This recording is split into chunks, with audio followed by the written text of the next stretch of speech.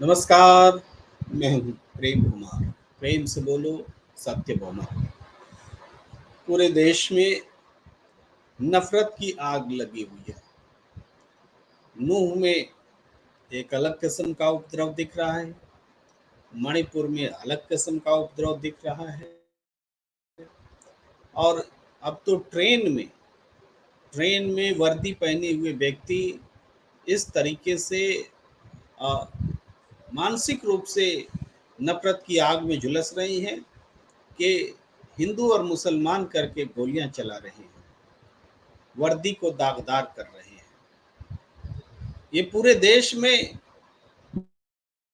नफरत की आग जो बनी हुई है, क्या हम आने वाले समय में मणिपुर जैसे हालात पूरे देश में देखने वाले हैं?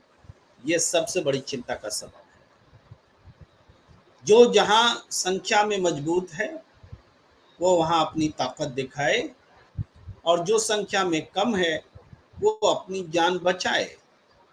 क्या यही लोकतंत्र है?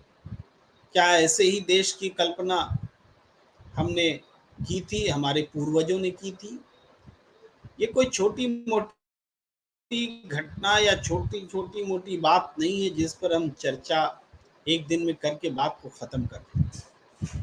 ये चर्चा आने वाले समय में गंभीरता से और प्रमुखता से बनी रहनी चाहिए कि ये उपद्रवियों के हाथों में देश होगा, वो जहां तहां हिंदू और मुसलमान के आग के करते हुए आग लगाते फिरेंगे। हिंसा में जो शिकार होते हैं, जो मारे जाते हैं, ज़्यादातर लोग बच्चे होते हैं, महिलाएं होती हैं। कोई हिंसा में राजनीतिक रूप से सक्षम व्यक्ति मारा नहीं जाता। कोई अमीर की मौत नहीं होती किसी हिंसा में। हिंसा में मौत गरीब की होती है, इनोसेंट लोगों की होती है, युवाओं की होती है, जो गुमराह होते हैं, जो इसमें इस्तेमाल होते हैं। जेल भी वही लोग जाते हैं। किसी अमीर घराने के बच्चे, किसी राजनीतिक रसूख वालों के बच्चे जेल जाते आपने नहीं सुने होंगे, और जेल जाते भी हैं तो थाने से ही छुड़ा लिए जाते हैं। तो इस हालात पर चिंता करने की ज़रूरत है। हमारे साथ बड़ा पैनल जुड़ रहा है, हम आपको रूबरू कराते हैं। इस चिंता से आप भी जुड़िए, आपकी भी प्रतिक्रियाओं का स्वागत रहेगा। हम आपकी प्रतिक्रियाओं को भी चर्चा में शामिल करेंगे। हम वेलकम करना चाहते हैं अपने पैनलिस्ट साथियों का। जयेश कुमार जी, आपका बहुत बहुत अभिनंदन। विकास कुमार जी, आपका भी बहुत बहुत अभिनंदन। सत्यदेव चौधरी जी, संस्थापक आम आदमी पार्टी, आपका भी बहुत बहुत स्वागत और अभिनंदन। बात जयेश जी आपसे शुरू करता हूं। आप सीनियर जर्नलिस्ट हैं, और जो देश में घटनाएं घट रही हैं, आने वाले समय में भी ये घटनाएं इसी रूप में तूल लेंगी, क्योंकि ये नफरत सियासत को सूट करती है। ये नफरत सियासत की ज़रूरत है, उनके खाद्य पदार्थ हैं कि एक घटना घटे, उसको सांप्रदायिक रंग में इधर या उधर करके देखा जाए, बताया जाए। एक मजहब के लोग कहेंगे कि हमारा मजहब शांति प्रिय है, हम शांति चाहते हैं। दूसरा कहेगा कि हमारा मजहब शांति प्रिय है, हम शांति चाहते हैं। और कहने का मतलब होता है कि उनके अलावा जो दूसरा है वो हिंसा प्रिय है। अगर सब शांति प्रिय ही हैं प्रभु, तो ये हिंसा हो क्यों रही है? जयेश कुमार अनम्यूट मैं कर देता हूँ। मैं जी, ठीक ठीक। धन्यवाद प्रेम जी, इस चर्चा में शामिल करने के लिए धन्यवाद। रही प्रेम की बात, तो प्रेम तो हमारे देश की पहचान रही। हम लोग चाहते हैं कि हर आदमी प्रेम करे, लेकिन सबसे बड़ी बात यह है कि राजनीति में धर्म का समावेश, जब धर्म का समावेश आ गया तो हर धर्म चाहता है कि हम राजनीति पे अपना वर्चस्व बनाए। और शायद यही कारण है कि धर्म में जब आपस में टकराव होना शुरू हुआ, हर राजनेता ये चाहने लगा कि इस धर्म के लोग मेरे साथ जुड़े, उस धर्म के लोग मेरे साथ जुड़े। तो यही जो जुड़ाव की पद्धति थी, जुड़ाव को लेकर जो एक मत था, उस मत ने देश के अंदर अशांति की इतनी भावना फैला दी कि आज अब तो कोई भी आसपास वाले भी कुछ चिल्लाता था, ऐसा लगता कि झगड़ा हो रहा, परेशान हो के झगड़ा कहीं ना कहीं सांप्रदायिक रूप ले ले। तो इतने एक आदमी के मन में इतना बड़ा खूब बैठ चुका आपसी मनमुटाव का जो एक दौर चला है, और दौर चला केवल राजनीति के कारण है। रही मणिपुर वाली जिसको लेकर प्रारंभ में आपने बोला, मणिपुर का मामला बिल्कुल अलग है और जो वर्तमान में जो चल रहा है वो बिल्कुल अलग चल रहा है सिस्टम। और सबसे बड़ी बात यह है कि हमारे सत्यदेव भाई साहब भी लगातार बता रहे हैं कि जनता की आवाज केवल राजनीतिक दलों तक ही पहुंच रही है, उससे आगे बढ़ नहीं रही है। तो वो जिस दिन आगे बढ़ने लग जाएगी तो मुझे नहीं लगता कि ऐसी कोई समस्या सामने रहेगी। जी प्रेम जी।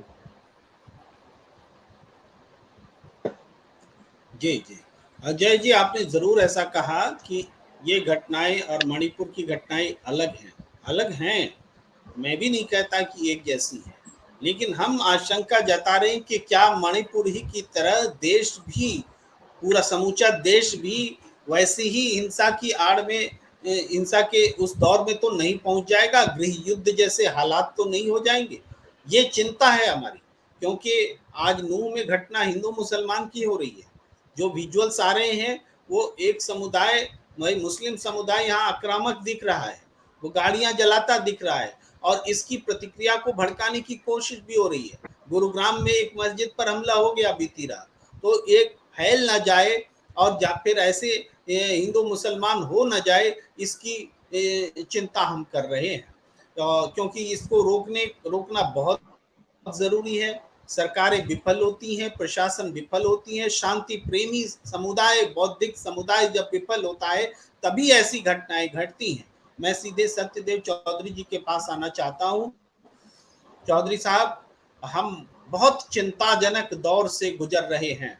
हरियाणा में आपका लगातार आना जाना रहता है, कोई दिन ऐसा नहीं होता जिसमें आप 10 घंटे हरियाणा में नहीं बिताते हैं। इस हालात को देखकर आप क्या कहेंगे? धन्यवाद प्रेम जी। देखिए, ये तो इतनी दर्दनाक स्थिति बन गई, इतनी भयानक और इतनी डरावनी स्थिति बन चुकी है, और इसी बात का डर था हमारे को कि कहीं ऐसा सीन ना बन जाए, कहीं ऐसा दृश्य ना बन जाए। और वो पिछले 10 सालों में चलते चलते चलते चलते हम यहाँ तक तो पहुंच गए। और यदि ये नियंत्रण में नहीं आया तो आप देखना इसके और कितने भयावह परिणाम होते हैं।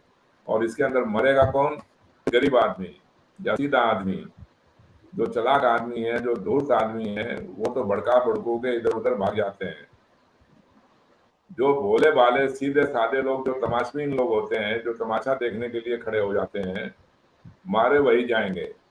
और इन नेताओं को यही चाहिए, इनको भड़काने से ही मतलब है। अब देखिए, रेल में सरकारी तो वर्दी और सरकारी ही बंदूक और गोली भी सरकारी। और उसने पता नहीं क्या उसके दिमाग में आई उस आदमी के, धड़ाधड़ धड़ाधड़ धड़ाधड़ उसने गोलियां बरसानी शुरू कर दी। जो रेल में बैठा बेचारा यात्रा कर रहा है, चाहे वो कुछ भी, किसी भी जाति का, किसी भी बिरादरी का इंसान है, उस बंदूक वाले को देख के शायद उसने सोचा तो ये होगा कि भाई मेरे से कुछ या कुछ ना कुछ मेरी सहायता के लिए आया होगा। उसे क्या पता था कि ये बंदूक उठा के गोली मारनी शुरू कर देगा, मेरी मौत हो जाएगी। क्या हुआ ये? अब ये सरकार हमारी क्यों नहीं कंट्रोल कर पा रही है? इसका मतलब ये हुआ कि ये जानबूझकर एक दिन में जब 4-4, 6-6 जगह इसी तरीके की हिंसा की वारदात होती हैं और इसी तरह जाति नफरत की, धर्म के नफरत की घटनाएं घट रही हैं, तो ये तो करवाई जा रही है ना, हो नहीं रही है। आपने जैसे बच्चे को जिस स्कूल में भेजा, जैसे उसको पढ़ाना शुरू किया, वैसी पढ़ाई उसने पढ़ना शुरू कर दिया और वैसे वैसे रटना शुरू कर दिया। घर में आएगा जब भी वो उसी तरह की बात बोलेगा, बाहर जाएगा अपने दोस्तों के साथ भी उसी तरह की बात करेगा। वैसे ही वो जो आपके घर में कोई रिश्तेदार आ गया, कोई यार दोस्त मिलने जुलने वाला आ गया, उसके सामने भी वो उसी तरीके से, उसी व्यवहार से बात करेगा। ये इसी तरीके की बात हो गई। अब जब हमारे देश का, हमारी राजनीति का मुखिया भेदभाव करता है, पक्षपात करता है, तब आप इन लोगों से क्या उम्मीद करोगे? यही तो उम्मीद करोगे। और देखिए, जरूरत से ज्यादा जब किसी भी बात को छेड़ा जाएगा, जरूरत से ज्यादा जब आप किसी को भी दबाने की कोशिश करोगे, तो उसकी कुछ ना कुछ तो प्रतिक्रिया होगी ना, कहीं ना कहीं। पिछले जी 10 मैं सालों अपनी से बात आप को मुझे बता आगे दो। बढ़ाता हूँ। हाँ, जी अपनी बात पूरी हाँ। कर लें, फिर मैं राजीव जी के पास जाऊंगा। जी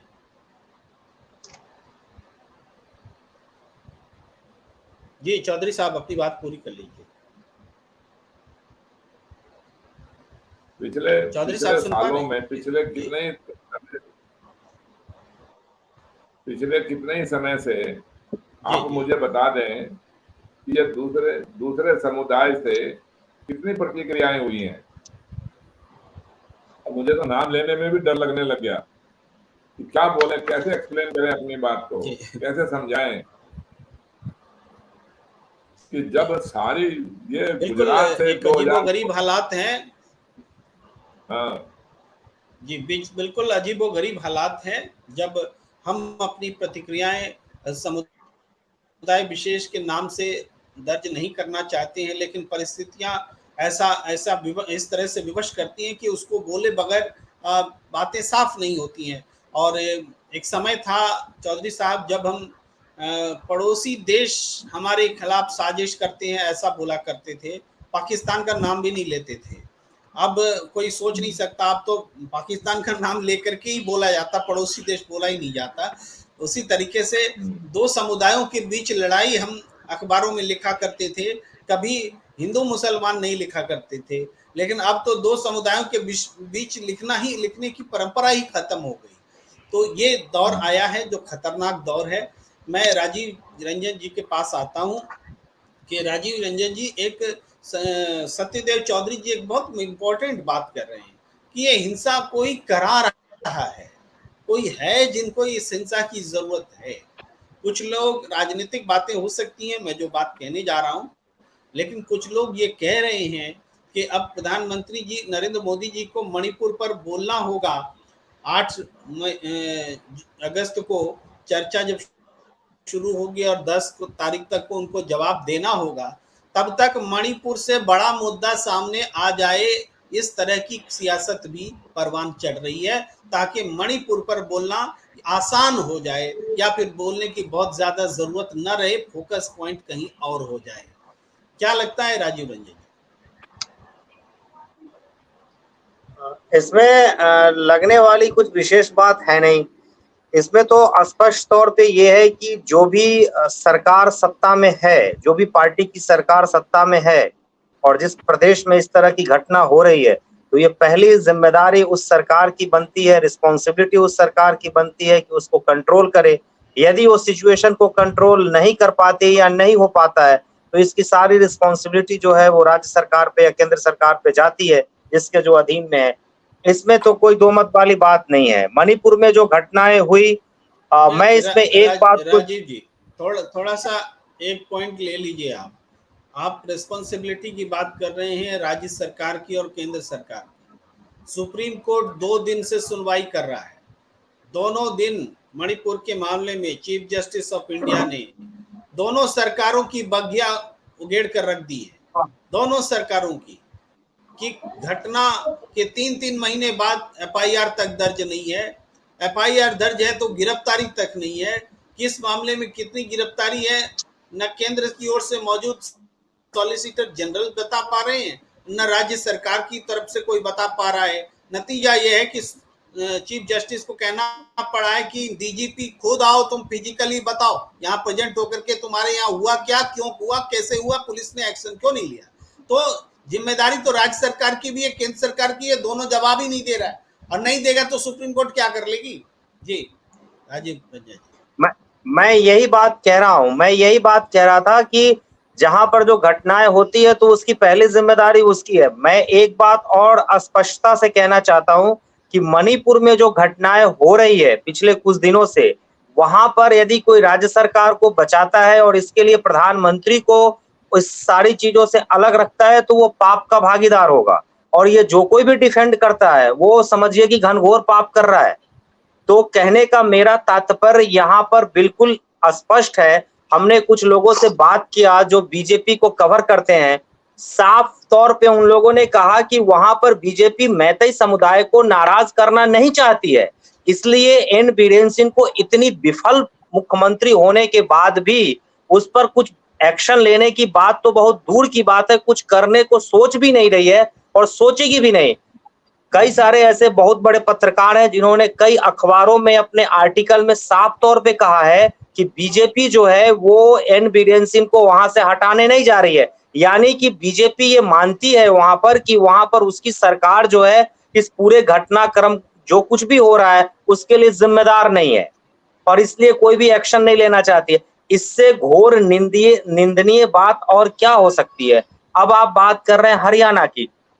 हरियाणा में जो मानेसर है, मोनू मानेसर उसका जो नाम है, उसने सोशल मीडिया, आपको सारी चीजें पता है, वो तो सब ऑन रिकॉर्ड बात है। उसने कहा कि मैं इसमें शामिल होऊंगा। उसके बाद में वहां की जो आईबी रिपोर्ट थी, जो भी इंटेलिजेंस की रिपोर्ट होती है, वो सरकार के पास में आकलन नहीं कर पाई कि यहाँ पर इसके शामिल होने से क्या क्या हो सकता है। उसके बाद में वो शामिल होता है तो वहां पर हिंदू आगे बढ़ के राइट करे, दंगा करे, या मुस्लिम आगे बढ़ के राइट करे, कंट्रोल तो करने की जिम्मेदारी प्रशासन को है। यदि प्रशासन दोनों में से किसी एक पक्ष को कंट्रोल नहीं कर पा रही है, दोनों पक्ष आपस में भिड़ रहे, चाहे एग्रेसिव कोई भी पक्ष हो, तो वहां पर तो पूरी तरह से प्रशासन फेल्योर है। और प्रशासन फेल्योर है इसका मतलब वहां की सरकारें फेल्योर है।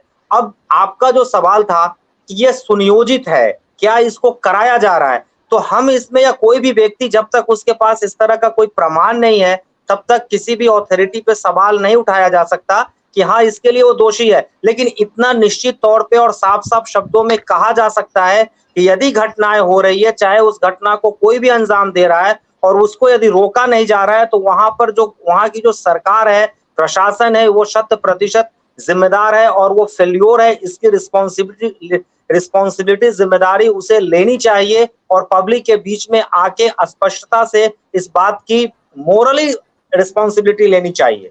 मेरे हिसाब से सर ये है मेरा मत। अब मैं संजीव जी को जोड़ना चाहता हूं इस चर्चा में, ये बताते हुए कि मोनू मानेसर का फैक्टर क्या है। ऐसा क्यों कहा जा रहा है कि मोनू मानेसर का जो नूह में घटना घटी है उसमें योगदान है। मोनू मानेसर ने सफाई दी है कि वो नूह गया भी नहीं, वो भी विश्व हिंदू परिषद के नेताओं ने उनको मना किया, इसलिए वो नहीं गया। और उसने एक वीडियो जारी की थी। वीडियो में कहा गया था कि वो जो यात्रा निकलने वाली थी, मेवात यात्रा, उस यात्रा में लोगों से उन्होंने अपील की थी कि लोग शामिल हों और मैं खुद आऊंगा और सबको मंदिर चलना होगा, इस तरह की अपील उसने की थी।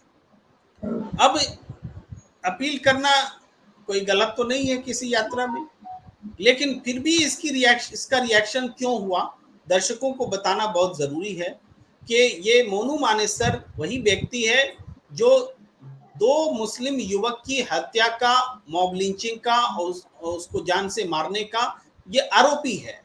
और इस आरोप पर वो फरार भी है, पुलिस से बच भी रहा है। और पुलिस से बच रहा है, खुलेआम सरकारी संरक्षण है, विश्व हिंदू परिषद के नेताओं से उसकी बातचीत है, वो जा रहा है, वीडियो में बता रहा है, फिर भी न राजस्थान की कांग्रेस की सरकार उसको पकड़ पा रही है, न हरियाणा की बीजेपी की सरकार उसको पकड़ पा रही है। तो ये जो पॉलिटिकल संरक्षण दिखता है, इससे अविश्वास की भावना पैदा होती है उस पूरे समुदाय में कि अगर इस रैली में वो व्यक्ति आया और अपने दल बल के साथ आया तो फिर वो घटना कहीं दोहराई ना जा सके। एक ये बात, डर का भाव, और दूसरा बदला लेने का भी भाव। ऐसा मैं नहीं कहता, बदला लेने का भी भाव है कि तुम आओगे तो देखता हूं तुम कैसे रैली निकालते हो, कैसे प्रदर्शन करते हो।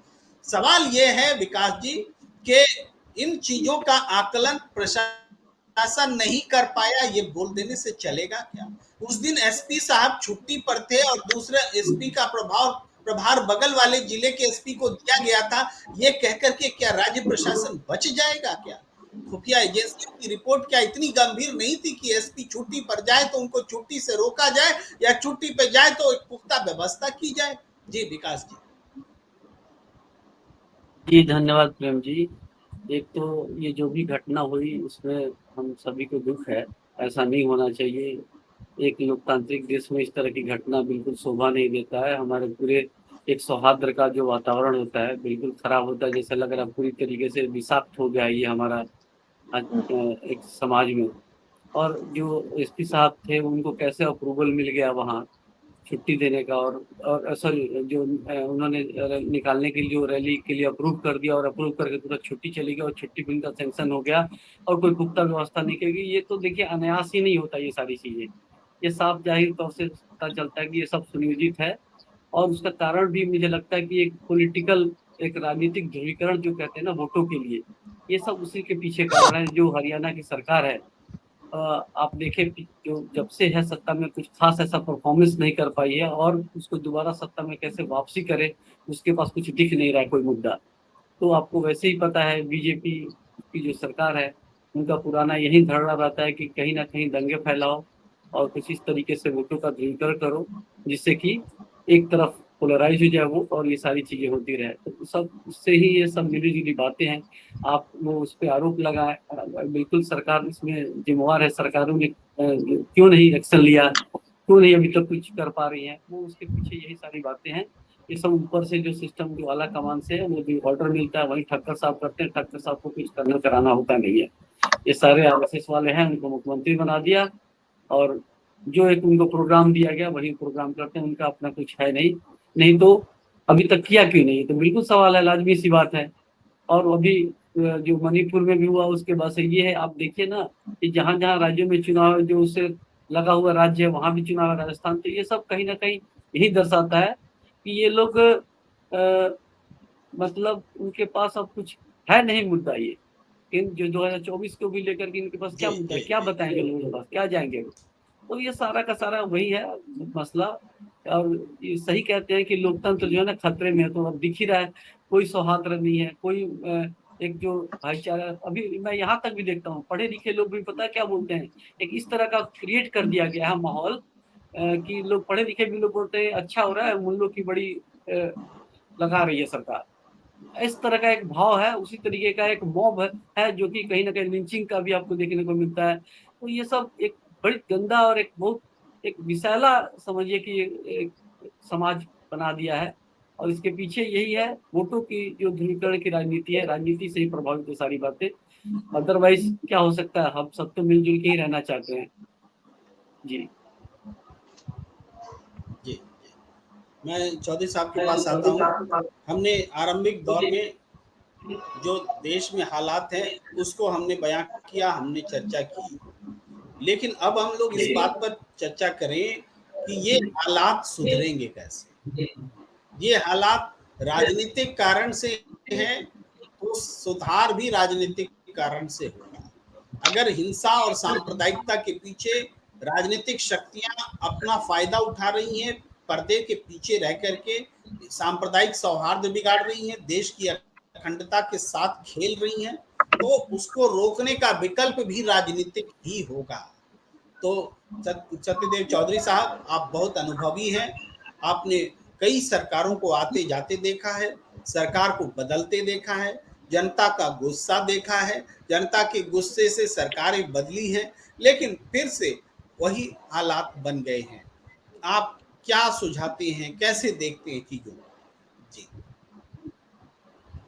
जी प्रेम जी, मैं भी देखिए खाली इन समस्याओं का आलोचना करना, इनका विवरण बताना, इनका वैरायटी बताना और ये विश्लेषण करना इन समस्याओं का, ये तो हम सब लोग कर रहे हैं और भी बहुत सारे चैनलों के ऊपर हो ही रहा है ये काम। तो जिस पत्रकार को देखो, जिस मर्जी चैनल को देखो, वो इसी तरीके के दोषारोपण, आरोप प्रत्यारोप के ऊपर बातें करने की बातें कर रहे हैं, लेकिन समाधान के ऊपर कोई बात करने के लिए तैयार नहीं है। कभी समाधान की भी तो बात करो ना। ये थोड़ी है कि ये काम ऐसे ही चलता ही रहेगा, ये ऐसे ही ऐसे हो ही रहा, मान लो ऐसे ही चलता रहा और दो दो समुदायों की कोई लड़ाई है, किसी समुदाय के लोग ज्यादा मरेंगे तो थोड़े बहुत लोग तो दूसरे समुदाय के भी मरेंगे। ये तो हो नहीं सकता कि खाली सारे के सारे एक ही समुदाय के लोग मरेंगे, ये तो हो ही नहीं सकता ना। अब इसका समाधान देखिए, राजनीतिक समाधान इसका यही है कि जो हमने सरकार बनाने का हमारा जो तरीका है, सरकार बनाने की जो हमारी व्यवस्था है, वो ठीक नहीं है। अब ये बिल्कुल प्रमाणित से भी प्रमाणित हो चुका है और रोज प्रमाणित होता चला जाएगा। ये जब तक आप इस सत्य बहुमत की बात को स्थापित नहीं कर दोगे, जो रोज एक नहीं 10 प्रमाण आप देखते रहना, ये प्रमाणित होता ही चला जाएगा कि ये सरकार बनाने की जो हमारी व्यवस्था है ये बिल्कुल ठीक नहीं है। यह गठबंधन की भ्रष्ट राजनीति, मुट्ठी भर लोगों के धनबल और बाहुबल के आधार के ऊपर राजनीति, और आपने अपने प्रारंभिक वक्तव्य में बिल्कुल ठीक कहा कि ये पैसे वालों का या जो लोग इस तरीके के जो प्रभावशाली लोग हैं, उनका ना कोई बच्चा जेल में जाता है, ना कोई उनके ऊपर मुकदमे होते हैं, ना ही कोई उनका आदमी कोई मरता है। चाहे किसी भी समुदाय का देख लीजिए आप, वो सब के सब मरते हैं गरीब लोगों के ही। तो इसका तो समाधान सिर्फ यही बैठता है कि इन सांसदों के बहुमत से सरकार ना बनाकर, क्योंकि सारे का सारा सब टोटल राजनीति, बिकाऊ राजनीति हो गई। इसको आप मतदाताओं की समस्या है, अगर जनता की समस्या है तो जनता के ऊपर ही छोड़िए। आप जनता के बहुमत से ही, मतदाताओं के बहुमत से, वोटरों के बहुमत से सरकार बनने दो। अगर किसी समुदाय का आदमी अगर गलती कर भी रहा है तो अपने आप ठीक होगा, उसको गलती अपनी सुधारनी पड़ेगी। गलती के रहते हुए तो आप इस तरीके से राजनीति नहीं कर सकते। और कब तक करोगे आप? अंत हो चुका है इस बात का। और अगर 2024 में भी नहीं किया तो इसका तो बहुत भयानक परिणाम होने वाले हैं। जैसा कि पहले भी बोला गया, आप सत्य बहुमत की राजनीति करिए, मतदाताओं के बहुमत से सरकार बनने दो। मतदाताओं के ऊपर ही छोड़ो ये जिम्मेवारी कि आपको हिंसा चाहिए या शांति चाहिए, आपको शिक्षा चाहिए या ऐसे ही फूट बना चाहिए, आपको समृद्धि चाहिए या गरीबी चाहिए, उनकी चाहिए या स्वच्छता चाहिए। ये तो सारे का सारी बातें जब तक लोग इसका निर्णय नहीं लेंगे, क्योंकि ये जो राजनेता नेता लोग जो भी है ना, ये तो बोलते कुछ है करते कुछ है, सिवाय झूठ के ऊपर आधारित इनकी राजनीति है और इसके अलावा कुछ है नहीं। इनके ऊपर कैसे विश्वास किया जाए? ये विश्वास करने लायक बात बोलते ही नहीं है। ये कोई इनकी दूरदर्शिता भी नहीं है। विशेष रूप से जो आज के सत्ताधारी हैं, तो कुछ भी समझ में नहीं आता कि भाई सिवाय ये हिंदू मुसलमान की नफरत करने के, लड़ाई करने के, इसके अलावा इनके पास और कोई पॉइंट है ही नहीं।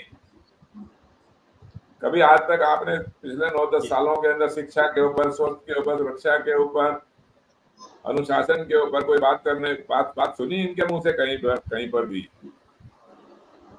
नहीं सुनी।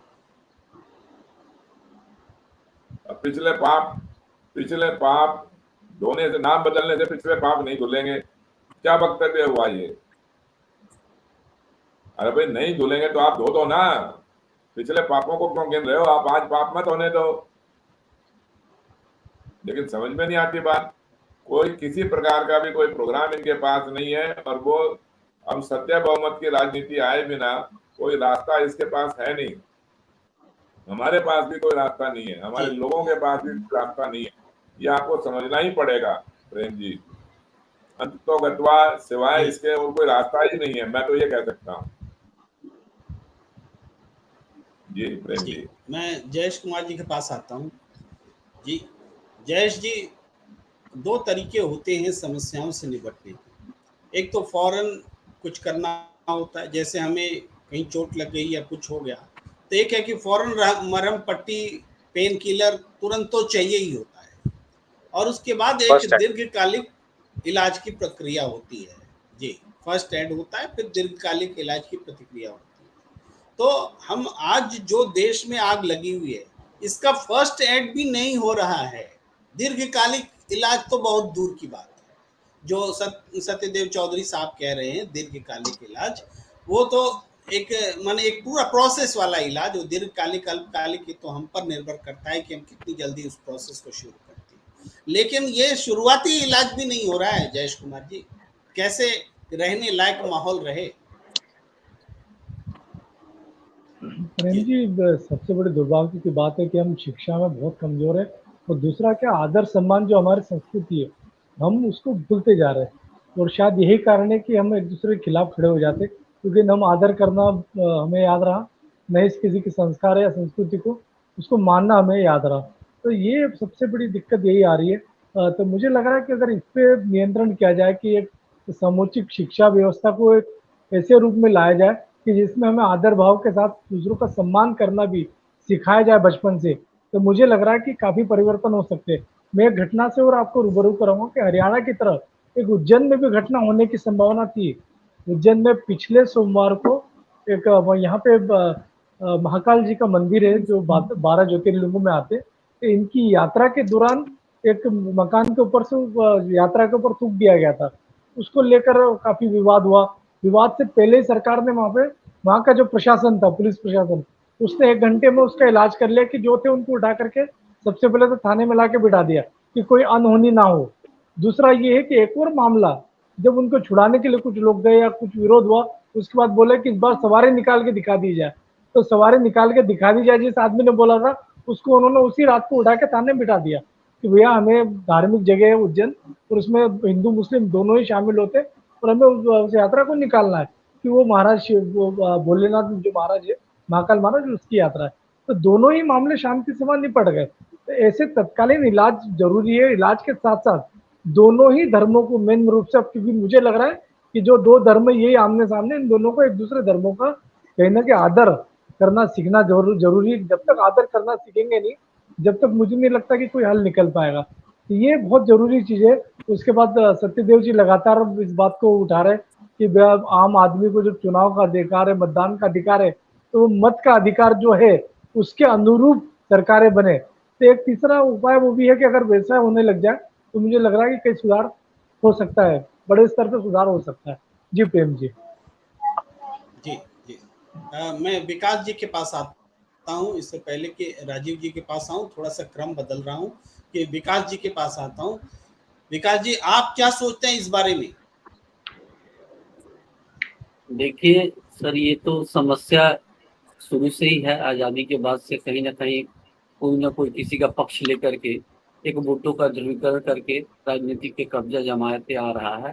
वो अलग बात है कि अभी मुस्लिमों को इससे परेशानी होती है, कभी कहीं कुछ कोई ना कोई जाति को कहीं ना कहीं धर्म पे आड़ में ये सारी चलती चीजें आ रही हैं। अब रही बात समाधान की, तो हमारा ये मानना है कि जब आपको सभी लोगों की जरूरत नहीं होगी, सभी लोगों की आवश्यकता नहीं पड़ेगी, इस राजनीति में सबको सहभागिता न मिले, सबका एक पार्टिसिपेशन ना हो, तो फिर वो रूप बनेगा नहीं कभी। और वो जैसे अभी हमारी राजनीतिक व्यवस्था क्या है, उसमें यही है ना कि 543 सांसदों का चुनाव एक वोटर करता है और उस सबसे ज्यादा जिसको वोट है वो जीत जाता है। तो वहां तो वोटर की भागीदारी है, बिल्कुल ठीक है एक सांसद के तौर पर, लेकिन सरकार में जो भी निर्णय आज जो भी समस्या रही सरकार के ऊपर है ना, ये जवाबदेही जिम्मेदारी।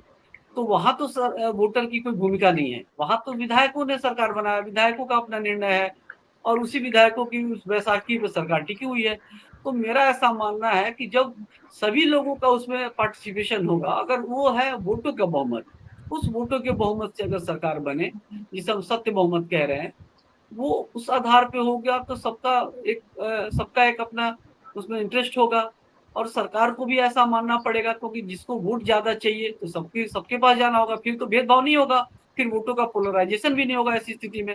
तो एक एक सबकी वो सरकार होगी, सत्य बहुमत की सरकार होगी वो। ऐसी स्थिति में वो किसी तरीके का आपको पोलराइजेशन होगा, ऐसे दंगे नहीं होगा, मॉब लिंचिंग नहीं होगा, और उनको कहीं ना कहीं अच्छे से अच्छे कार्यक्रम लाने पड़ेंगे, अच्छा से अच्छी योजनाओं पे काम करना पड़ेगा। कार्य कुशलता का आधार होगा, लोगों की इच्छा और आकांक्षाओं पे सरकार को काम करना पड़ेगा, अच्छे अच्छे कार्यक्रम बनेंगे, और फिर एक जो रूप चाहिए लोकतंत्र का वो सच्चा लोकतंत्र बनेगा हमारे देश में। यही एक मुझे रास्ता दिख रहा है। जी जी जी। मैं राजीव रंजन जी के पास अब आना चाहता हूँ। राजीव जी, देखिए, जो हिंसा का माहौल है, हमने मणिपुर में भी ये महसूस किया कि जो नेतृत्व है, चाहे स्टेट का लीडरशिप या नेशन का लीडरशिप, नेतृत्व ने कभी आज तक जो पीड़ित पक्ष है उसके प्रति कोई संवेदना नहीं जताई या उसके लिए यहाँ तक कि शांति की अपील भी नहीं की। जबकि जहाँ कहीं भी हिंसा सामुदायिक या सांप्रदायिक होती है, चाहे नून की हिंसा ले लीजिए, ये सांप्रदायिक नेचर की है, तो यहाँ दोनों समुदाय के जो प्रमुख लोग हैं, जो प्रमुख चेहरे हैं देश के, उनको इकट्ठा होकर के शांति की अपील करने की जिम्मेदारी, इसका मैकेनिज्म तो हमारे पास होना चाहिए कि क्षण भर में इकट्ठा होकर के शांति के लिए हम अपील कर लें, तुरंत प्रोग्राम बना लें उस इलाके में जाने की, क्योंकि हम जिम्मेदार हैं, हमारे बोलने से लोग सुनेंगे, हिंसा रुक जाएगी। तो ये दिखता नहीं है। क्या ऐसा होना नहीं चाहिए? क्या ऐसा मैकेनिज्म नहीं होना चाहिए? देखिए, उसमें जो भी हिंसा होती है या दंगा होता है या मारपीट होती है, जो कुछ भी होता है, वो मुख्यतः दो वजहों से होता है, दो ग्रुप के बीच होता है। या तो वो दो धर्म वालों के बीच हो या फिर दो जाति वालों के बीच हो। होता क्या है कि जो पॉलिटिकल पार्टी सत्ता में होती है या विरोध में होती है, फिर थोड़ा उसका सा किसी राजीव रंजन जी, एक राजीव रंजन जी, एक लाइन ले लीजिए। हम ऐसा मानते जरूर हैं कि हिंसा दो धर्म वालों के बीच हो रही है, दो जाति वालों के बीच हो रही है, लेकिन हिंसा वस्तुतः दोनों समुदाय के कुछ शरारती लोग होते हैं जो हिंसा को लीडरशिप देते हैं और पूरे स्वरूप को दो धर्म के बीच लड़ाई में बदल देते हैं। कभी भी दो धर्म के लोग आपस में नहीं लड़ते, क्योंकि अगर नूह में दो धर्म के लोग लड़ रहे हैं तो पूरी दुनिया में भी दोनों धर्म के लोगों को लड़ना चाहिए होता, अगर वास्तव में धर्म के लोग एक दूसरे के खिलाफ लड़ रहे होते। नूह के कुछ बदमाश लोगों ने धर्म का इस्तेमाल करके इस हिंसा को धार्मिक स्वरूप देने की कोशिश की है।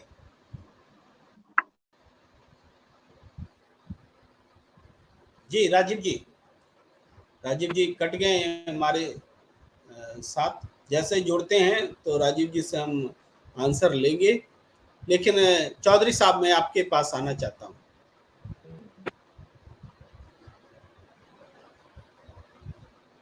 जी चौधरी साहब, जी क्या ऐसा मैकेनिज्म नहीं होना चाहिए कि शांति को प्रायोरिटी देते हुए तुरंत मैदान में आ जाएं हम? जी जी जी देखिए, आपने जो अभी बोला कि एक तो डोज ऐसी चीज है जो तुरंत इलाज करे इसका, और दूसरा इलाज इसका होना चाहिए एकदम परमानेंट। तो पहली डोज तो मैं आपको बताता हूं कि हमारे जो राहुल गांधी नेता हैं, ये तुरंत बिना विलंब के अपनी जो भारत जोड़ो यात्रा मिटाने की यात्रा, या जो भी इनको बोलो मोहब्बत की दुकान सजाने की यात्रा, वो तुरंत शुरू कर देनी चाहिए। जी। और दूसरा प्रयोग उनको ये करना चाहिए कि वो करें या हम करें या कोई भी करे, मतदाताओं के बहुमत से सरकार बनाने की घोषणा इनको सब नेताओं को कर देनी चाहिए। जैसे सत्य बहुमत की घोषणा कर चुके हैं हम लोग कि मतदाताओं के बहुमत से राजनीति होनी चाहिए, और हम अपना पूरा प्रयास कर भी रहे हैं अपने सामर्थ्य के अनुसार। वो प्रयास, वो शुरुआत अगर ये राहुल गांधी कर दें तो परमानेंट समाधान इसका हो जाएगा। सब डरेंगे इस बात से, सब इसका इलाज हो जाएगा। आप देखना, जैसे किसी तरीके, जैसे किसी आग के ऊपर पानी डाल दिया गया और आग बुझ गई हो, ऐसा ये काम हो जाएगा। लेकिन विडंबना और दुर्भाग्य हमारा ये है कि इन नेताओं ने 75 साल बीत जाने के बाद भी समाधान के ऊपर कोई चर्चा नहीं करी। सब लोग यही चाहते हैं कि एक दूसरे को मूर्ख बनाकर किसी तरीके से भी ये जोड़ तोड़ साठ गांठ करके और ये कब्जा मैं कर लूं सत्ता के ऊपर, और सत्ता पर कब्जा करने के बाद में समाधान फिर नहीं होता, फिर वहीं के वहीं, फिर वहीं के वहीं। इसलिए मुझे इन सब लोगों से बहुत ज्यादा आशा नहीं है। मुझे इन लोगों से कोई ऐसा आशा है ही नहीं। ये लोग समझते सब हैं जानबूझ के, लेकिन इन्होंने मामले को उलझा रखा है। वरना ये ऐसी कोई समस्या नहीं है कि इसका कोई समाधान नहीं हो सकता। राजनीति समाधान करने में क्या देर लगती है? आज आप सत्य बहुमत की घोषणा करनी शुरू कर दो, इलाज हो जाएगा इसका। अब जब हिंदू को मुसलमान की जरूरत नहीं है या मुसलमान को हिंदू की जरूरत नहीं है, चक्कर तो सारा यही पड़ा हुआ है। हम ऐसी राजनीति करें जिसमें दोनों की जरूरत के बिना राजनीति आप कर ही नहीं सकते। और सत्य बहुमत की राजनीति वही है, जब आपको सबसे ज्यादा वोट लेने हैं तो आप ये बताइए, कोई भी हिंदू किसी मुसलमान के बिना कैसे सबसे ज्यादा वोट ले लेगा? हो ही नहीं सकता ना, ये संभव ही नहीं है। लेकिन इतनी सी बात समझ में नहीं आती तो इसका मतलब हम चाहते भी यही है कि भाई ये दंगा फसाद लड़ाई होती रहे और काम करना ना पड़े हमारे को। इलाज इसका यही है कि तुरंत पद यात्रा चालू करो और मतदाताओं के बहुमत से सरकार बनाने की घोषणा करो और सत्य बहुमत को, जैसे हमने बात कर रखी है राजनीति करने की, इसको समर्थन दीजिए, इसको वोट दीजिए। अब ये पुराने घिसे पिटे फार्मूलों से कुछ होने वाला नहीं है। आपको नई राजनीति बनाइए, नए लोगों को लेके आइए। इन सब लोगों को हमने देख लिया अच्छे से, पिछले 75 सालों से खूब अच्छे से सबको देख लिया। इनको नया प्रयोग करने की आवश्यकता नहीं है। नया प्रयोग तो सत्य बहुमत का करिए। प्रेम जी। जी जी, निश्चित रूप से आपकी आवाज पहुंच रही होगी उन तमाम लोगों को जो वास्तव में देश की चिंता कर रहे हैं और स्थितियां बदलेगी। मैं राजीव रंजन जी के पास आता हूं, जो उनकी बात अधूरी रह गई थी। राजीव जी, अपनी बात पूरी कीजिए। नहीं, आप जो सब कह रहे थे मैं उसी बात को कह रहा हूं कि ये आपका सवाल था कि ये इसका समाधान क्या होना चाहिए। तो होता क्या है कि या तो दो समुदाय के बीच में या दो जाति के बीच में जो संघर्ष होता है, तो कोई भी जो पॉलिटिकल पार्टी जो सत्ता में होती है उसका किसी न किसी एक के साथ में जुड़ाव होता है। विशेष तौर पे वो समझ रहा होता है कि मेरा ये वोट बैंक है, तो वो पार्टी जो है वो जानबूझ के कुछ कहने में असमर्थ होती, मतलब कह नहीं पाती है वो अपने फायदे के लिए। जो अभी मणिपुर में हो रहा है, मणिपुर में तो साफ तौर पे है कि मैतेई जो है वो बीजेपी के साथ है और इसलिए बीजेपी जो है वहां पर कोई भी एक्शन लेने के लिए तैयार नहीं है। आपका सवाल यही था, या फिर एक बार आप दोहरा दे सवाल तो मैं उसका और जवाब दे पाऊं सही से। जी, सवाल ये था कि जो सांप्रदायिक स्थिति है या जातीय स्थिति होती है, जो हिंसा है, जो नफरत है, उस नफरत को आमतौर पर जो इसमें शामिल लोग होते हैं वो तो एक स्थान विशेष के होते हैं, कुछ लोग होते हैं, लेकिन उसको हिंदू या मुसलमान बोल देने से वो पूरे देश के हिंदू और पूरे देश के मुसलमान उसको अपना मामला समझने लगते हैं और उस हिसाब से बट जाते हैं दो हिस्सों में। ये जो राजनीति है ना, राजनीति यही करती, छोटी घटना को राष्ट्रीय फलक पर बना देती है। जी हाँ, ये इससे मैं सहमत हूँ। ये किया जाता है, ये होता है, क्योंकि आप जो हमारे चर्चा का अभी तक जो विषय रहा है जिस पर सब लोग सहमत हैं और होंगे कि ये कोई भी फसाद होता है उसमें गरीब लोग मारे जाते हैं, कोई भी अमीर लोग। आप देखिए कश्मीर में जो भी घटनाएं होती है, वहाँ के जो भी सेपरेटिस्ट नेता हैं उनके हर घर के बच्चे जो है, हर नेता के बच्चे जो हैं वो फॉरेन में, बाहर विदेश में शिक्षा लेते हैं।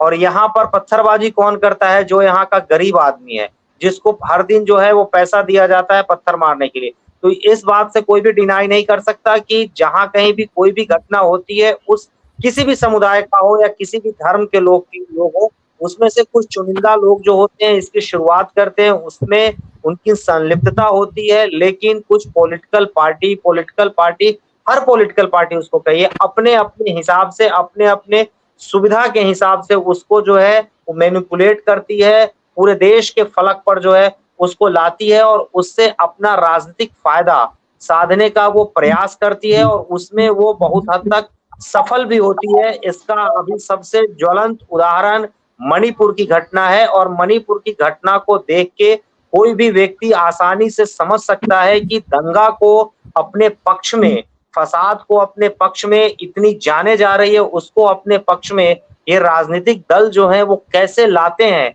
और वहां पर जो मासूम बच्चे होते हैं, जो गरीब लोग हैं, जो बर्बाद हो गया, अब उसका एक दो जनरेशन जो है वो उसको मेन स्ट्रीम में आने में बहुत परेशानी होगी। वो आ पाएगा या नहीं आ पाएगा इसकी भी संभावना बहुत कम है, लेकिन उन सब से इनको कोई फर्क नहीं पड़ता। अपने राजनीतिक फायदे के लिए ये सारी चीज करते हैं। मैं सत्यदेव चौधरी की बात से पूरी तरह सहमत हूँ कि एक बदलाव आना चाहिए। बेसिक बदलाव जब आएगा तभी जाके राजनीतिक बदलेगी। और इस कॉन्सेप्ट से भी मैं सहमत हूँ कि जब आपको अधिक से अधिक वोटों की जरूरत होगी तो वहां पर आप ये कभी नहीं सोच सकते कि आपका जो कैलकुलेशन होगा, उस वोट का जो कैलकुलेशन होगा उसमें हिंदू भी, हर कम्युनिटी के लोग होंगे, हर जात के लोग होंगे। तो वहां पर आप जो अभी जो कर पाते हैं ना, किसी एक को अलग करके उसके विरोध में आपने खड़ा कर दिया और उसका वोट आप ले लिए, वो होने की संभावना पूरी तरह से समाप्त हो जाएगी मेरे हिसाब से।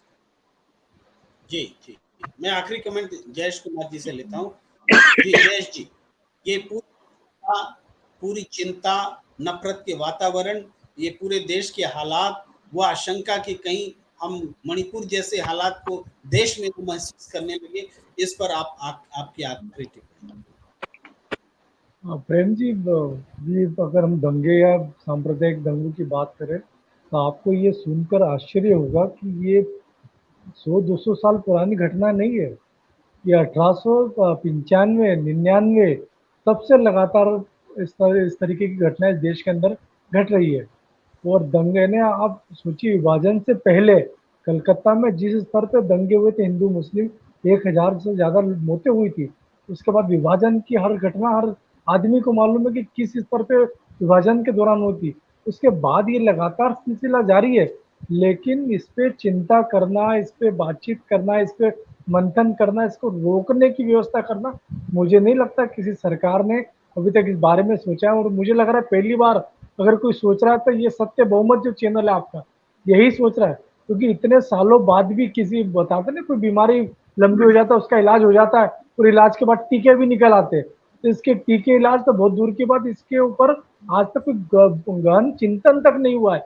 और शायद यही कारण है कि ये लगातार पनपते जा रहे। ऐसा ना, हिंदू मुस्लिम, आप वो 84 को याद कीजिए, उसमें सिखों के साथ ऐसी दुर्दशा हुई थी कि उनको घर से निकाल निकाल के मारा गया था। तो ये अब बात हिंदू मुस्लिम की बात नहीं कर रहे हैं। तो ये जब तक हम, मैंने बताया कि शिक्षा में बदलाव, तो दूसरा सत्यजीत जी जो बोल रहे कि सत्य बहुमत, और उसके साथ साथ इसके ऊपर गहन चिंतन जब तक नहीं होगा, मुझे नहीं लगता कोई रास्ता निकल पाएगा। और रास्ता निकालने के लिए सबको बैठ करके, हाँ, हालांकि ये जरूर है कि कोई भी कार्यक्रम होता है, एक शांति समिति की बैठक होती है, और उस बैठक के अंदर ये नहीं होता कि कुछ हुआ तो क्या करोगे, उसमें तो बस ये बता दिया जाता है कि आपको चुप रहना, आपको चुप रहना, शांति से कार्यक्रम करने दो। और मुझे लगता है कि उन चीजों की जगह अब जरूरत है कि हम सबको मिल बैठ करके कोई रास्ता, सुझाव निकालना जरूरी है, जिससे कि ऐसी व्यवस्था बने कि देश के अंदर कहीं ना कहीं जो शांति का माहौल बना हुआ, उसको हम पूरी तरह से दबा पाए। जी प्रेम जी। जी जी, स्थायी शांति के लिए प्रयास करना बहुत जरूरी है, ईमानदारी से प्रयास करना जरूरी है। हिंदू मुसलमान की जो हालात बने हैं, सांप्रदायिकता की जो स्थिति लंबे समय से चली आ रही है, उसको नियंत्रण में लाना जरूरी है। हालांकि मैं इस बात में जोड़ता हूं कि आज गांधी की भी देश को जरूरत है, जो एक बार दंगे के खिलाफ अनशन पर बैठ जाते थे तो उनके कहने से दंगा रुक जाता था। आज 140 करोड़ की नुमाइंदगी करने वाले शख्स में ये बात नजर नहीं आती जो गांधी में नजर आती थी कि कोलकाता जैसा दंगा वो वहां बैठ करके रोक दिया करते थे। वो कमी भी हमें खलती है। तो आज की चर्चा को यहीं पर विराम देने का वक्त। आप सबका बहुत बहुत आभार। हमारे साथ तमाम लोग जुड़े रहे। सत्यदेव चौधरी जी, आपका बहुत बहुत आभार। विकास जी, आपका बहुत बहुत आभार। जयेश कुमार जी, धन्यवाद। राजीव रंजन जी, आपका बहुत बहुत आभार। और तमाम दर्शकों का भी जो लगातार हमारे साथ जुड़ते हैं, और हम आशा करेंगे कि आगे भी आप हमारे साथ बने रहेंगे।